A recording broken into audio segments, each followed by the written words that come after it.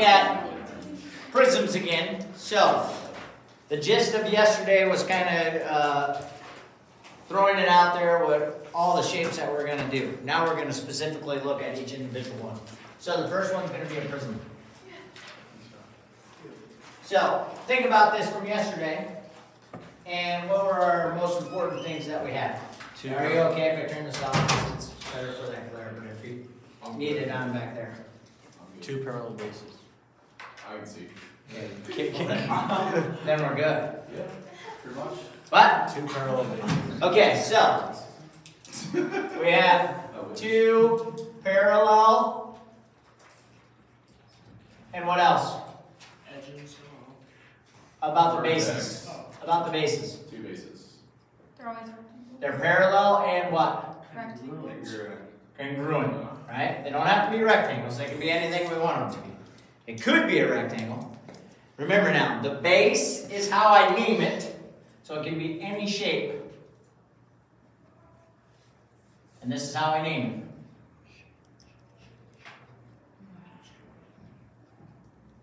So if it is an octagon, then it's an octagonal prism, right? And a lot of the times we want these to be regular polygons, right? At the bases. What are all of my faces then? Rectangles. All the faces are always rectangles.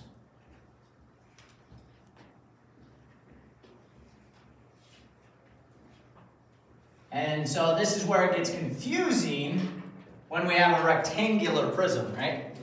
So if we go back to our Kleenex box, or just the box in general, this is why it's confusing, because we could have 3 different perspectives, right?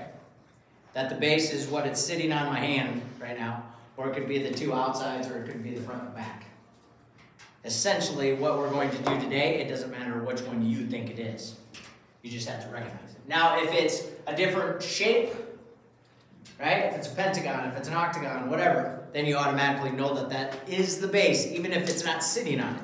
So if this side right here was a pentagon and this side right here was a pentagon, they would still be congruent. But even if it's sitting like this, my bases are these 2 outsides, because that's not a rectangle.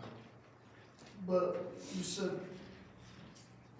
for it to be a base, though, it's got to be parallel. It's got to have another parallel. It's got to be parallel to it and congruent to it. So in that case, any of those sides can be a base. Yes. Or, Absolutely. Yeah. Because this is a rectangle. Oh, so they're all. So if it's a pentagonal, then my pentagons would be here or here, and you would definitely know that they're pentagons. Yeah, you have to. But then everything else would be rectangles. Yeah, but then those pentagons would be your bases. It has to be. Okay? And so then you don't necessarily need a regular pentagon, but it's easier if it is. What do I mean by a regular pentagon? All the sides and all the angles for that pentagon would be the same thing. So the bases are always going to be congruent to each other, but they might not necessarily be regular whatevers. Okay? So then, that's what we kind of talked about yesterday in the gist. Now we're going to introduce a height. A height of a prism. How do you think we describe the height of a prism? How high?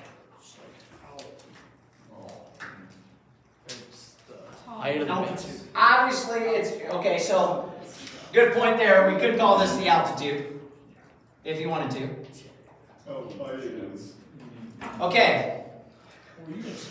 Nothing, 'cause I didn't know. Oh, good. so, now listen to me though. What happens if we look at this right here, and these are pentagons again, okay? If these are pentagons where my hands are, but it's sitting like this, the pentagons are still my bases, right? So what's the height? The rectangle, the edge of the rectangle.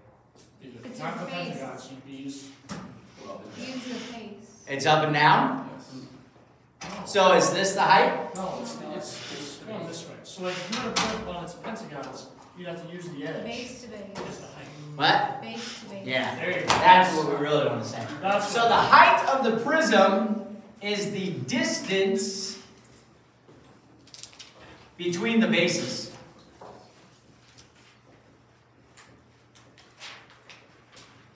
That's the important part.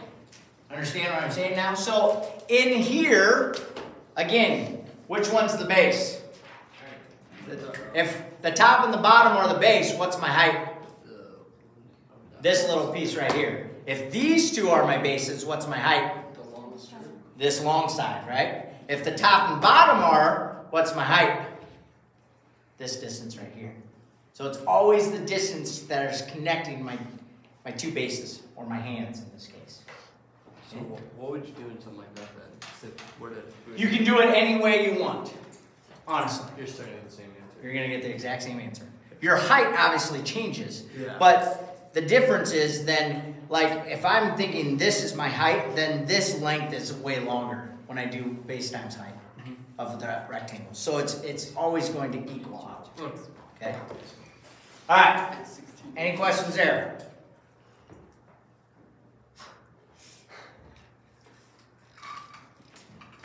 So, from here then, we want to talk about a right prism. A right whatever prism. So again, when I have a blank there, we fill that in with whatever word we want. Octagon, pentagon, rectangular, or whatever.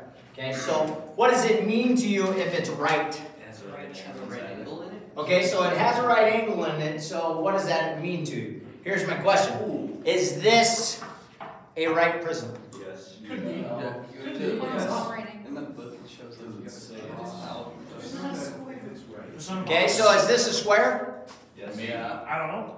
You don't know. Not really. No. I'm not sure. No. It I wouldn't say it's so. a square. It doesn't say it's You don't know for sure. We just can't take it as a square. right. Can't assume. Okay, can't assume. And to me, this side right here looks way longer than this side, Exactly. right? Not really long. I think they would. Okay. Can I say this is way longer? Yes. Okay. that's what Thanks. Okay, so what do we mean by right? Your concept that it has a right angle is exactly right, but not truly right. So when we say a right prism, this is where you would have regular polygons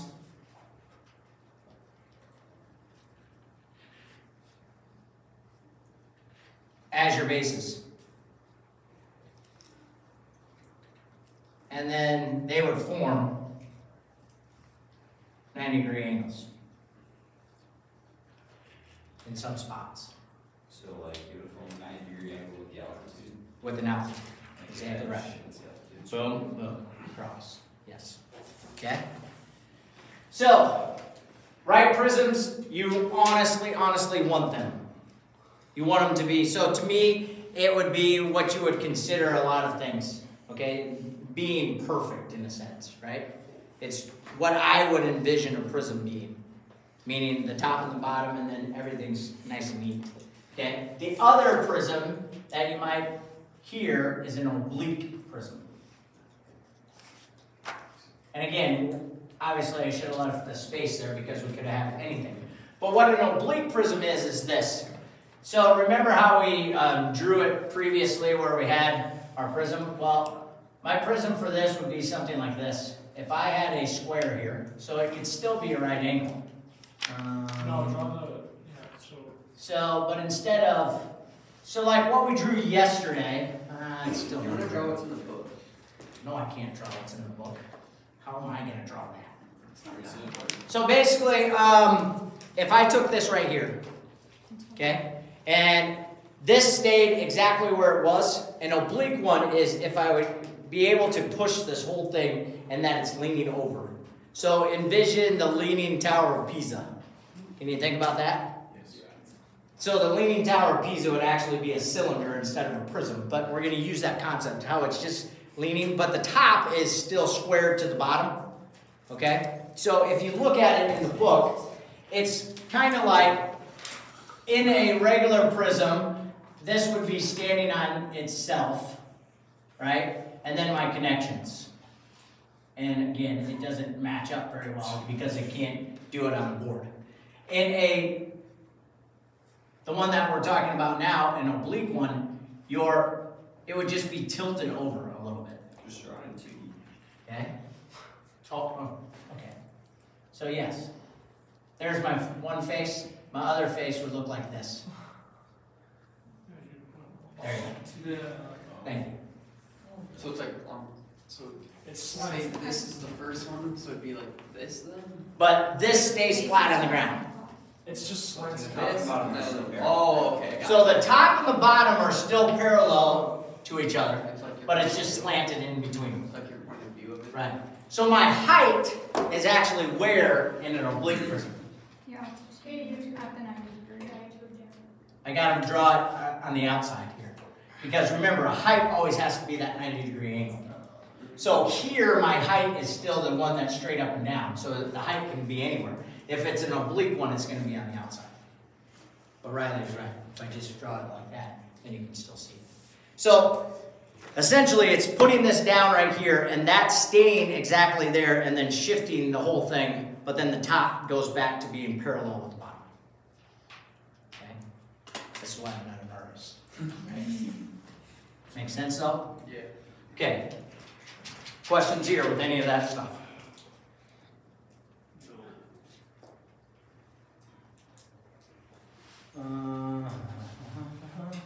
So, the next thing that we talk about is the lateral area.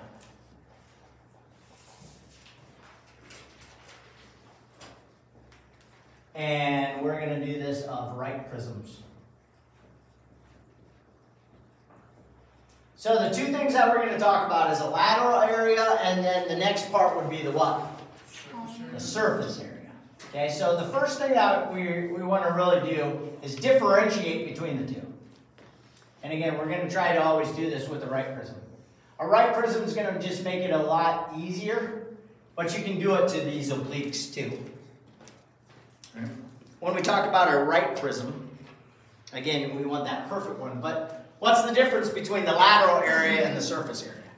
The surface area is like you take in the area of all the shapes on the What you can shape see. of the 3D object. Lateral's volume. That's what you can see. Lateral area is the sum of the areas of lateral faces. Okay, what's that mean? So So all the faces of the faces that aren't on top and on bottom. It's basically going. We don't want to say top and It's bottom. like the altitude bases.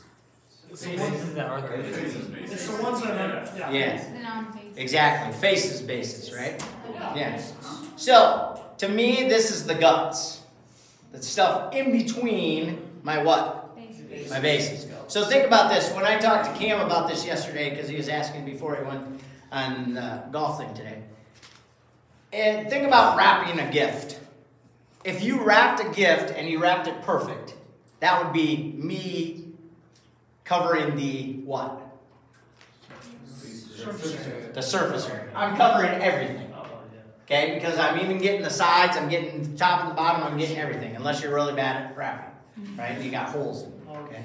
We're not that kind of wrapper, okay?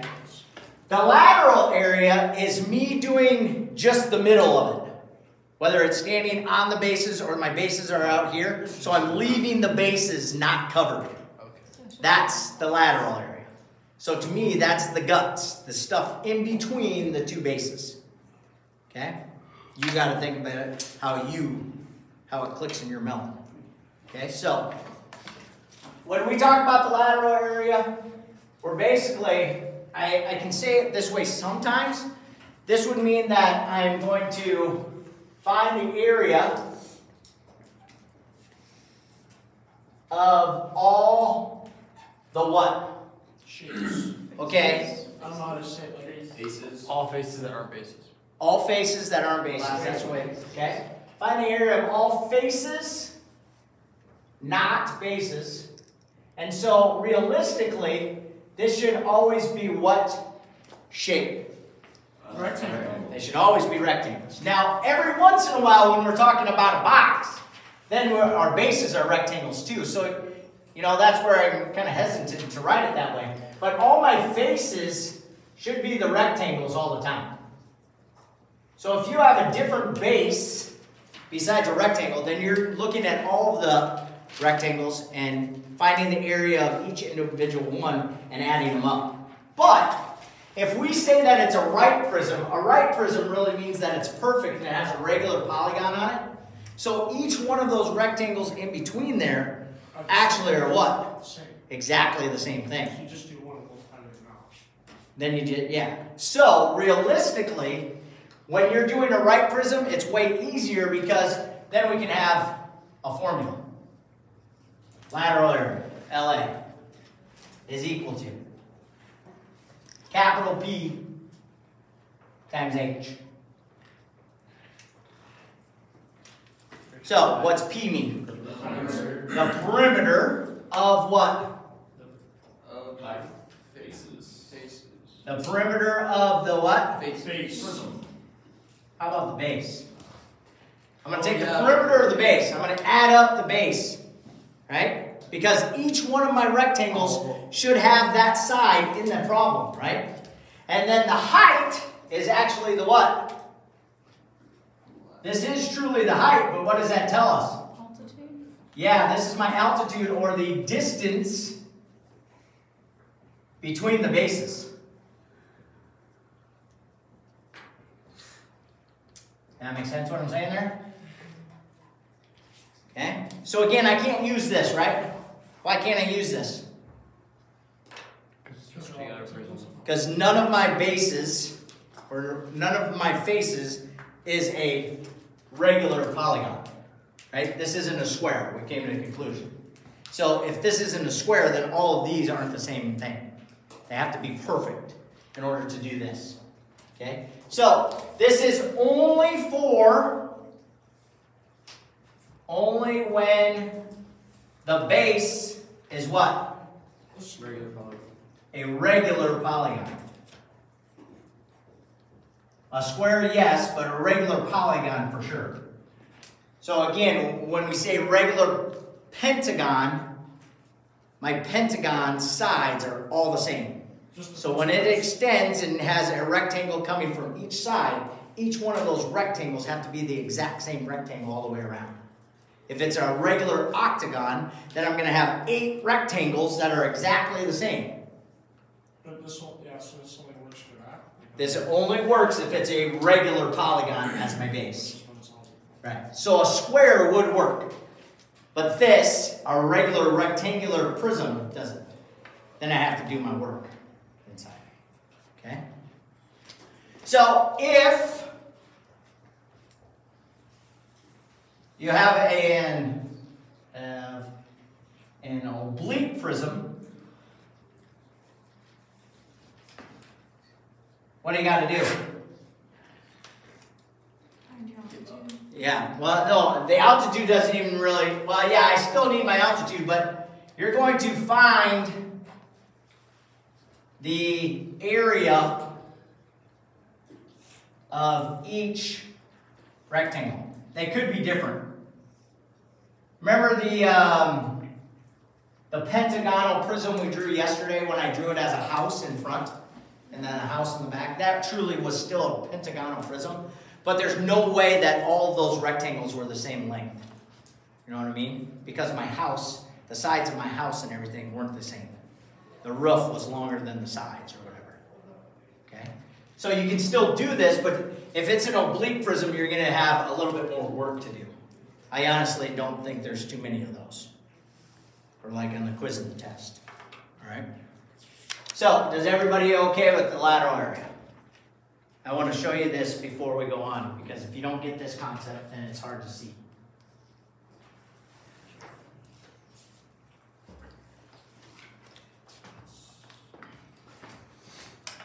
So here's my problem. So for something like this, we assume it's regular polygon. No, they should tell you. See how this one says it's a regular hexagonal prism? If they don't say that word regular, then you know that you got to do more work. Okay? So again, when they say this, so if you don't understand this concept with this formula, P times H, you can just go through and find the area of every single rectangle and then add them all up. But basically, that's doing that just in a formula way. You know what I'm saying? Okay, so find the lateral area of my regular hexagonal prism. What is my base? So what is my base? The hexagons, right? Okay, so what is the perimeter of my base? Because why? 6 sides and 5 centimeters. 5 centimeters each side times 6 sides gives me 30. And then what's my height? 12. So I take 30 times 12, and I get 360. Now what's the label? Centimeters squared. It's still got to be squared, right? It's still got to be squared. Because we're still multiplying two things together that are the same. Still area. It's still an area, yes. Okay? That makes sense? Okay? So again, it's not overwhelming, but sometimes it does get confusing. So as Brandon asked, in case you didn't hear that part, if they don't put that word regular in there, then I have to go through and do the work of finding every single rectangle's area. Now in this one it says regular octagonal prism. So again, what are my bases? The octagons. Okay? So even though that they're not sitting on the octagons are my base. So what is my capital P? 24. 3 times 8. And then I take that answer times 9 because that's the distance between my two bases. So the height's kind of misleading because now it doesn't really look like a height, right? Because it's over on its side. But it's the height between. So if you really wanted to say, it's probably better if you say P times D, really, right? It's the distance between the bases, but it's technically the height. Because if you stood it up on those octagons, then it wouldn't. So what's my answer? 216, and then notice the 7 centimeter square. Okay? Yes, sir. So if you have like the equations, if we put LA equals PD. PD, I will accept too. That's fine. Absolutely. I'm okay with that. All right? Questions here? Thank you. So now what's the surface area? So the first one is just the guts, the middle. Now the surface area is what? Sum of the lateral area and areas of the bases. Thanks. So it's basically the area of what? Everything. All Yeah. sides, maybe? Yeah, on the outside. Is that okay? Yeah. Of all sides. So we're going to try to make this simple for you, though, and come up with a formula. So now, obviously, we're changing to surface area. Well, in surface area, I'm including the what? Bases. The bases. Both bases. So pretty much, I'm taking, but what else gets included? Perimeter and height of that. The perimeter and the height. So we could really say that I'm still going to use the lateral area. So that's where here, if you get this answer wrong and you use it in this one, well, obviously this one's wrong, but if you do the problem right, I'll give you the answer. You know what I'm saying? Because obviously it's not good if I penalize you for using that wrong answer because you didn't know it was wrong. Okay? So it's the lateral area plus what else? Both bases. Both bases. So how can I represent that? 2E plus LA. Plus 2 and then capital B. What's lowercase b? Lowercase b would be a base, but it would be like base times height. Capital B means the what? Both bases? No. Just the Both is by the 2. So what's capital B mean? just the base. Area of the base. There. Area Oh. of the base. And that's why we say capital B, because capital B can change, right? It can be any shape that we want. So now we got to talk about all of our areas. Quick review. What's the area of a rectangle? Base times height. Triangle? Bases times 2. Could be a trapezoid, but probably not. But trapezoid?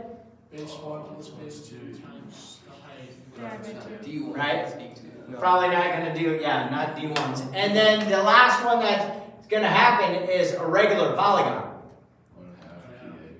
Yeah, 1/2 1/2 PA. PA. Okay? So the regular polygons are probably the hardest. If we went back to that last shape that we had up on the board where we had an octagonal prism, then you'd have to find the area of that octagon.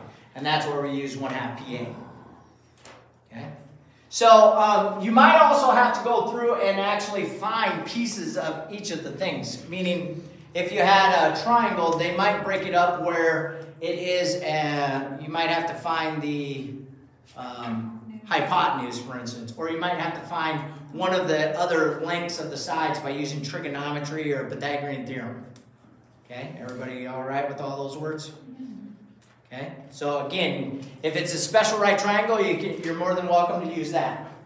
If it's trigonometry, we're using SOHCAHTOA. Right? Okay? So, let's go back and look at these ones. Any questions here? Now, if it's not, so if it's a surface area of any prism, are my bases still the same? They're still the same, right? Even if it's not a right prism. So again, a right prism means it's a regular polygon. So let's just say, yes? Could you do me a favor, when you have an open moment, can you send Trevor to me, please? Yes. Thank you. So your bases are still the same, but like in yesterday, if we had that pentagon where it was a house, all of my rectangles aren't the same. So then I got to go and figure out all of my rectangles. So basically, you can't do this P times A or H. You have to find each individual one, and then you could still use 2B though. Right. So when it's not a regular polygon at the bottom. Okay. So like for this right here, if we did this Kleenex box right here, I'd have to find the area of this and this and this. But actually I can simplify it a little bit, right? Because front and back would be the same. The two sides here would be the same, right? This would be the surface area of a rectangular prism where my bases aren't squares. Could that work for anything now? You could do that, yes, for everything. You could even do it for regular polygons. It's just, to me, it's more work. But that's totally up to you. Yeah, because how would you... Because then, instead of me doing the lateral area, I'm going to have area, and I'm adding them all up. That's how we simplify it by doing P times H. Okay? Here's another thing right down here. Okay? As you're going through the quiz and the test, your surface area should definitely be bigger than your lateral area. So it always shocks me, and it's going to happen, but somebody answers the question and their lateral area is bigger than their surface area. It can never happen, right? It can't. Because the ends are still included, right? So it's got to get bigger.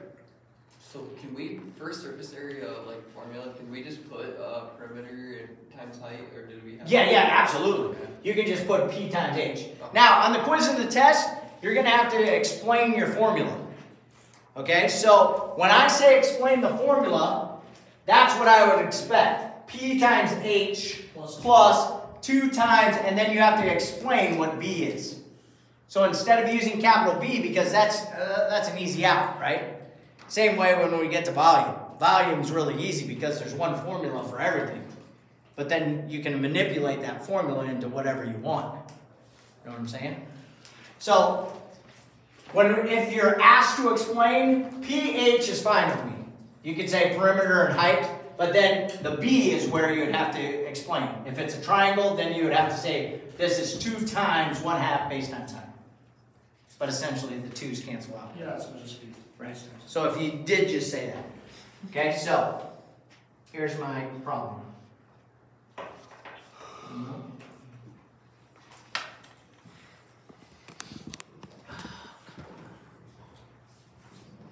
Oh, here we go. So, find the surface area of the rectangular prism. This doesn't specifically tell you that the front face and the back face is a square. But is it? It is a square, right? Everybody agree? Because if one's 6, then the opposite sides has to be 6, and the top and bottom both have to be 6. Okay, so this is a square. So this one works right here, of doing the area of all sides of LA plus 2B. Okay, so if you want to do the formula, the first thing I have to do is figure out my lateral area. What's my lateral area? So, again, remember what the lateral area is. What's the perimeter of my base? 24, because we did 6 times 4, right? And then what's the height between them? 12, so we'd have this. Plus 2 times, and again, why is it 2? Because there's 2 bases, the front and the back. Okay? Say it one more time. 6 times. 6 times 4. Oh. 6 times 4 sides. Yeah. Okay? So like, So this is my perimeter. Yeah. so that's And then what's my base? 36. 6 times 6, right? So again, it's the base of, or the area of the base, which in this case is 6 times 6. So we simplify, what's 24 times 12? Oh boy, right? 288. 288, that's what I got to do. Plus 72 equals 360. 360 what? Centimeters squared. Centimeters squared. Now, so what Aiden was asking is, yeah, I don't have to do any of that perimeter stuff, but then I would have to go and say, well, what's the area of this rectangle? Well, it would be 6 times 12. And then I would do 6 times 12, and then 6 times 12, and then 6 times Will one 12. of those rectangles be the same? Right. Oh, So that's why I'm simplifying it by doing the perimeter. I know, it's 6 times 12, and you just do multiply by how many rectangles would be. That's what we're doing right here. Okay? So yeah, it's just the way that you see it, but you said the exact same thing as this formula. You just don't like it as the formula's written. Well, I think it's Essentially. Okay? That makes sense to everybody? Yes. Okay? So, Trevor, you can go right now. Oh, come on. So here's the question. First off, oh, thank you, Jen. So don't say anything out loud for a second. Let everybody have a chance to think on this one. Is this a regular right prism?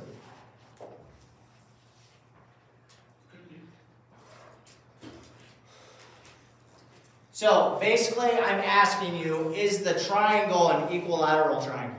No. No. How do you know that?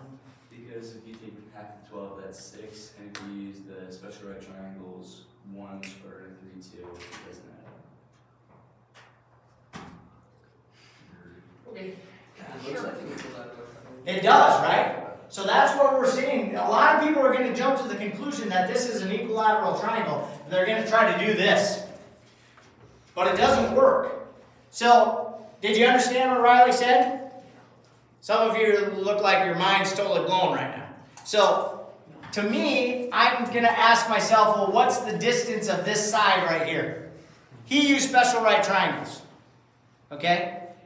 He's assuming then that each one of these is 60 degrees. So then when he draws the altitude, then he would have a 30, 60, and 90. And then he did his 1, 2, square root of 3. Another way, if that totally confused you, then I would do Pythagorean theorem right here. So I know when I draw this red line, what does it do to 12? It makes this 6, right? So then I got 6 and 8, and then I can find my hypotenuse. Your hypotenuse has to be 12 for it to be equilateral. So Right. it's 12. So in this case right here, 36 plus 64 is, 100. So it's shouldn't be. 6 squared is 36 plus 64, right? 1 time. Isn't it 100? It's 100. That's why I said you said no. Oh, sorry, I misunderstood. So it's 10. It should have been 10, So 10. right? So if the hypotenuse of that triangle is 10, is it an equilateral triangle? No. No. Now, is it an isosceles triangle? Yes. Yeah. Right? Because if it's a 10 on one side, it's got to be 10 on the other side. Okay, so when I do this problem right here, I don't have my regular polygon, right? So I can't use this formula right here. So what is the perimeter of my triangle? 32. 10 plus 10 plus 12, right? And so what is my lateral area of that? Of this shape? 32 times 32 times 320. 32 times what? Oh yeah, 10, sorry. I thought it was 12. 10. So 320. So 320 is my lateral area. But does everybody see why that is? And how we got that? Okay, so now I'm going to take this for my surface area.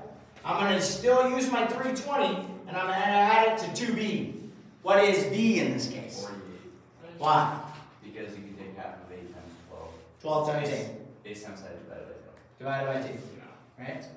So, but we have 2 of them. So if you wanted to do really say this should have been 24, right? But then I'm gonna multiply by that 2 and get 48 again, right? No. 8 times, or sorry, 12 times 8, you did the 48 already. Yeah, so it'd be 96, right? 96. So this would have been That's 96 48. 48. That's 48. divided by 2, which got me 48. But then I have to multiply it by 2 because why? The front and the back. So it's 96. So it ends up being 96. You really don't have to worry about 320 plus Right. 96. So my 2 2's actually cancel each other out. Where did you get the 32 from? Yeah. This 32 was the perimeter of that triangle. Oh, okay. So when we did Pythagorean theorem, we found out that this side right here was 10, and this side right here is 10. Okay. Okay? So then we said 10 plus 10 plus 12. Okay? Alright, questions here. How much time we got? So then your surface area is 4 just minutes. Alright, 4 minutes. 320 plus 96. Plus 96. Yeah. Yes. Then you'd have to add those together, yes. And then don't forget it's still an area, so whatever square. But I thought you couldn't do that for 32 because it's not an regular polygon. But we did it in a different way. No, we actually figured out the perimeter. We did a lot of We actually added them up. 12 plus 10 plus 10. Oh, you didn't just. You're always going to be able to do the Oh, perimeter. okay. This one, the perimeter, and that this, they're all the same, but I still found the perimeter. Oh, okay. So you can always do the perimeter times that. Yep, I can always do that formula. It's just, some of them, when it's a right prism, it's going to be perfect in a sense. So all of them It's I have the just same easier. size. It's easier in a sense. You got to do a little bit more math. If, Well, Okay. so like so you never really have to find those. saying if it was like regular. If they would have told you that that was a regular triangular prism, What would we have done different? just the prism, or I mean just the perimeter would have been different. Oh, okay. I thought you said that it was all the time. Because now we actually did the perimeter. But we did the Pythagorean theorem, then the perimeter. Yes. But see, in this perimeter, we didn't do, in all the other ones, the perimeter was the same every, or not the perimeter. The side was the same every time. So each of my triangles was, each of my rectangles were the exact same. And this one right here, when we have, like on the bottom, we would have done 12 times 10. Yeah. On the side, this side, we would have done 10 times 10. And then on the other side, we would have done 10 times 10. So realistically, we're still doing everything times 10, so we can still add up all the sides, but the sides aren't all the same this time. In the first one, we had them, all of them were 6 in that way. But like, yeah, well, we didn't have to do Pythagorean theorem in that case, because 10 would have been the same for that whole, that rectangle. Or looks like a square. I don't know. On the right-hand face, Yeah. yes, we didn't do Pythagorean theorem for that. We did No, Pythagorean. I'm saying like, we really didn't need to do it for the triangle, but we found out it was. Because we. But we didn't know that that side right there was a square. So you did have to. Okay? So, we're still not done with this section. Okay?